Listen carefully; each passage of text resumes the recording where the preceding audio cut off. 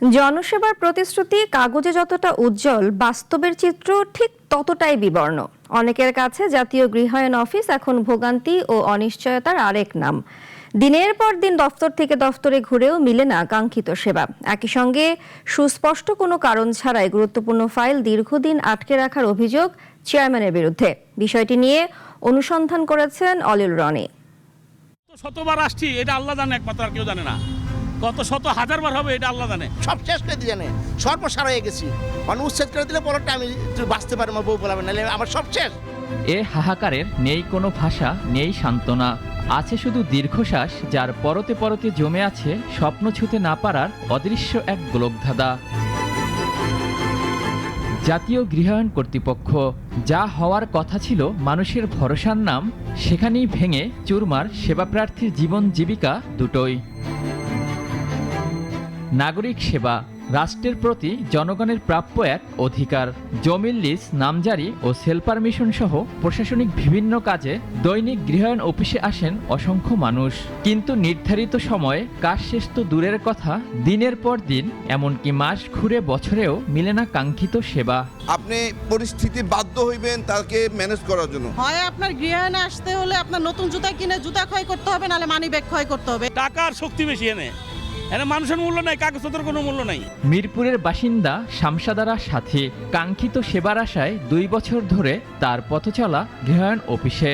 নথি ঘেটে দেখা যায় দীর্ঘ 26 বছর ধরে রাষ্ট্রের নির্ধারিত 4 ধরনের কর পরিশোধ ও হাজিরা সহ প্রয়োজনীয় সবকিছুই শেষ করেছেন তিনি, তবে এখনো পাননি জমির সেল পারমিশন। এতগুলো ট্যাক্স দেওয়ার পরেও যদি গৃহায়ণের ওই দপ্তরে আর ওই টেবিলে গিয়ে যদি ঘুরতে হয়, আর সব টেবিলের সব ফাংশন শেষ করে যদি আবার গিয়ে সেই চেয়ারম্যানের ওখানে গিয়ে আমাদের আটকে যেতে হয়, তাহলে সমাধানটা কোথায় আছে আসলে? শুধু সেবা পেতে দীর্ঘসূত্রিতা নয়, দৃশ্যমান কারণ ছাড়াই দিনের পর দিন ফাইল আটকের অভিযোগ দায়িত্বরত চেয়ারম্যানের দিকে। সেই সাথে লিস্টকৃত সম্পত্তি পুনরায় সরকারি সম্পত্তি হিসেবে দাবি করারও আছে গুরুতর অভিযোগ। হাউজিং আপনার হাজিরা নিয়েও নিয়েছে, তো নেয়ার পরবর্তীতে আসলে হঠাৎ করে সাডেনলি কেন এখানে এই কাজগুলো আটকে দেওয়া হয়েছে, এটি আমারও প্রশ্ন, যে কেন 2 বছর পর্যন্ত কাজ চললো, এখন প্রায় শেষ পর্যায়ে সেখানে এই কাজটি বন্ধ করে দেওয়া হলো। নাগরিক টেলিভিশন অভিযোগ সম্পর্কে জানতে চাইলে দায়সারা জবাবে আশ্বাস দায়িত্বরতদের। হাজিরা দেওয়া নেওয়া মানে একদম গ্রহণ করে ফেলছি, ফাইনাল সিদ্ধান্ত দিয়ে ফেলছি, এটা কিন্তু ঠিক এভাবে না।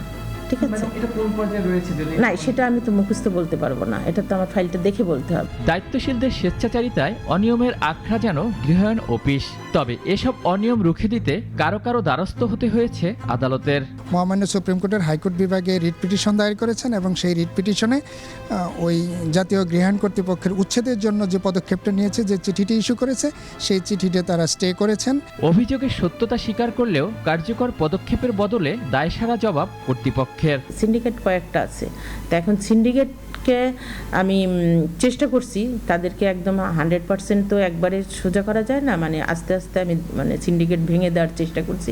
সেবা প্রার্থীদের প্রত্যাশা অযথা হয়রানি বন্ধ করে নির্ধারিত সময়ে নিশ্চিত হোক কাঙ্ক্ষিত সেবা, সুদৃঢ় হোক রাষ্ট্র ও নাগরিকের পারস্পরিক সম্পর্ক।